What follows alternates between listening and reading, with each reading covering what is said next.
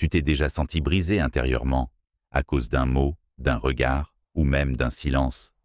T'as déjà eu cette impression que la moindre critique, la moindre contrariété, te met KO émotionnellement, que tout ce que les autres disent ou font te touche, peut-être même trop. Laisse-moi te dire une chose, ce que tu ressens, c'est humain. Mais ça n'a rien d'inévitable. Il existe une voie, une discipline, une philosophie ancestrale qui t'apprend à être inatteignable intérieurement. Pas froid, pas distant, pas insensible, mais imperturbable, calme dans la tempête, solide comme un roc, même quand le monde s'effondre autour de toi. Et cette philosophie, c'est le stoïcisme. Aujourd'hui, je vais te partager 7 principes puissants d'Épictète, ce sage esclave devenu maître de lui-même.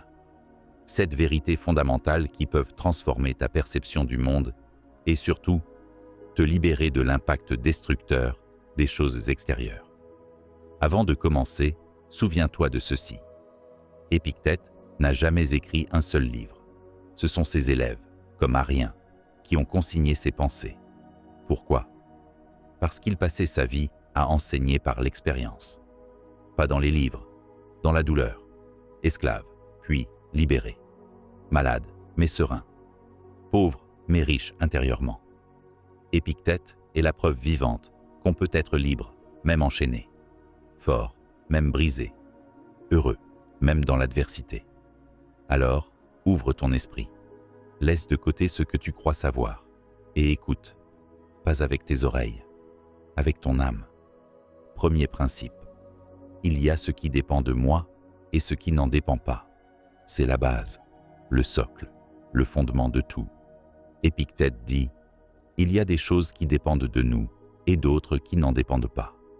Tu ne peux pas contrôler la météo, ni les paroles des autres, ni ton passé, ni ce que les gens pensent de toi. Mais tu peux contrôler tes pensées, ton jugement, ton comportement.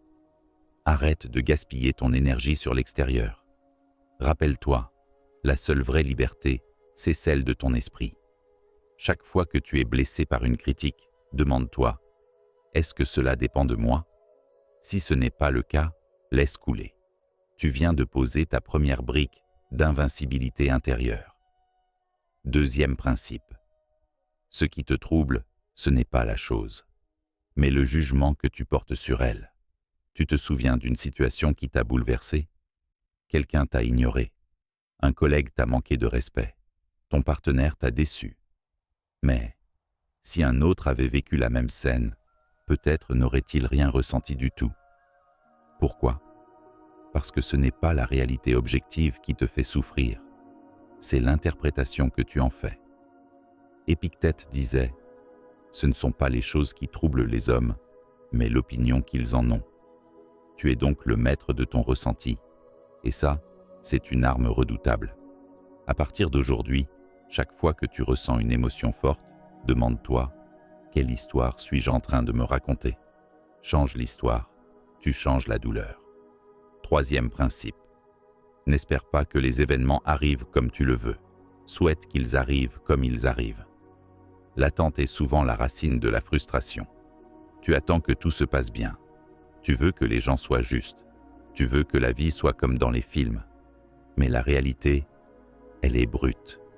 Et plus tu t'y opposes, plus tu souffres. Ne cherche pas à faire que les événements arrivent comme tu le veux, mais veuille qu'ils arrivent comme ils arrivent, et tu seras heureux, disait Épictète. Ce principe, c'est l'acceptation active. Ce n'est pas de la résignation, c'est de la lucidité. Tu ne subis plus les événements, tu les traverses. Tu ne cries plus contre la tempête, tu avances sous la pluie. C'est ça, le calme intérieur. Quatrième principe. La liberté commence le jour où tu cesses de te soucier de ce qui ne dépend pas de toi. Tu veux être libre ? Alors commence par abandonner le besoin de contrôle sur les autres, sur l'avenir, sur l'image que tu renvoies. Chaque attachement excessif te rend esclave. De ton image, de ton confort, de ton passé. Mais Épictète nous rappelle, personne n'est libre s'il ne sait pas se dominer lui-même. La vraie liberté n'est pas dans ce que tu possèdes, elle est dans ta capacité à te détacher. C'est difficile, parce que ton ego résiste. Il veut plaire, il veut gagner, il veut posséder. Mais le sage stoïcien ne cherche pas à contrôler le monde, il se maîtrise lui, et le monde perd son pouvoir sur lui. 5e principe. Nul ne peut te nuire sans ton consentement. Quelqu'un te critique, te rabaisse, te provoque.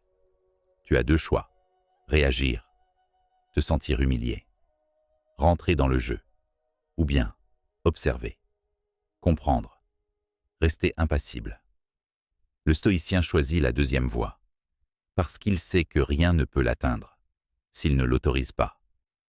Épictète disait « Souviens-toi que tu es insulté seulement si tu te crois insulté. » C'est une révolution mentale.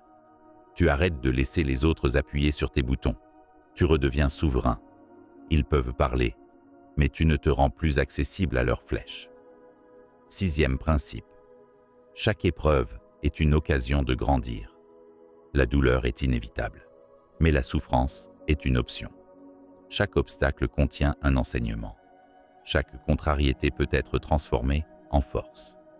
Ce qui trouble les hommes, ce n'est pas la mort, la pauvreté ou la douleur. C'est l'idée qu'ils s'en font. Épictète. À partir d'aujourd'hui, prends cette décision simple. Tu ne subiras plus les épreuves. Tu les utiliseras. Quelqu'un te trahit. Opportunité de cultiver le détachement. Tu perds ton emploi. Occasion de renforcer ta résilience.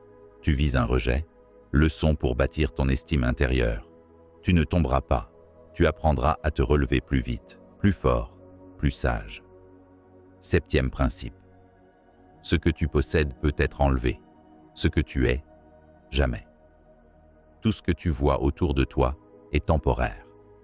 Ton corps, ta maison, ton compte en banque, ton image sociale.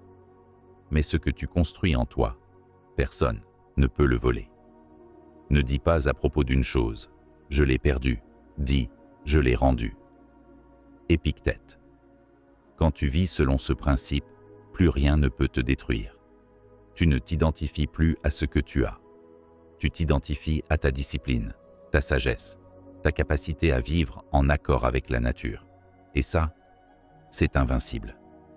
Pour conclure le sujet, regarde-toi. Tu n'es pas brisé. Tu es en construction. Chaque douleur passée est une pierre. Chaque épreuve est un feu. Et ce feu ne te consume pas. Il te forge. Tu n'es pas ici pour te plaindre. Tu es ici pour te maîtriser. Tu n'es pas là pour chercher le confort. Tu es là pour bâtir la paix intérieure. Et pour ça, tu n'as pas besoin de changer le monde. Tu as juste besoin de changer ta façon de le regarder. Épictète t'a donné les clés. Maintenant, c'est à toi de marcher sur ce chemin. Si ce message résonne en toi, abonne-toi. Chaque semaine, je t'apporte des clés stoïciennes pour forger une vie forte, stable, alignée. Dis-moi en commentaire, lequel de ces 7 principes tu veux incarner en priorité. Tu n'es pas seul, tu es sur un chemin. Et moi, je suis là pour t'y accompagner.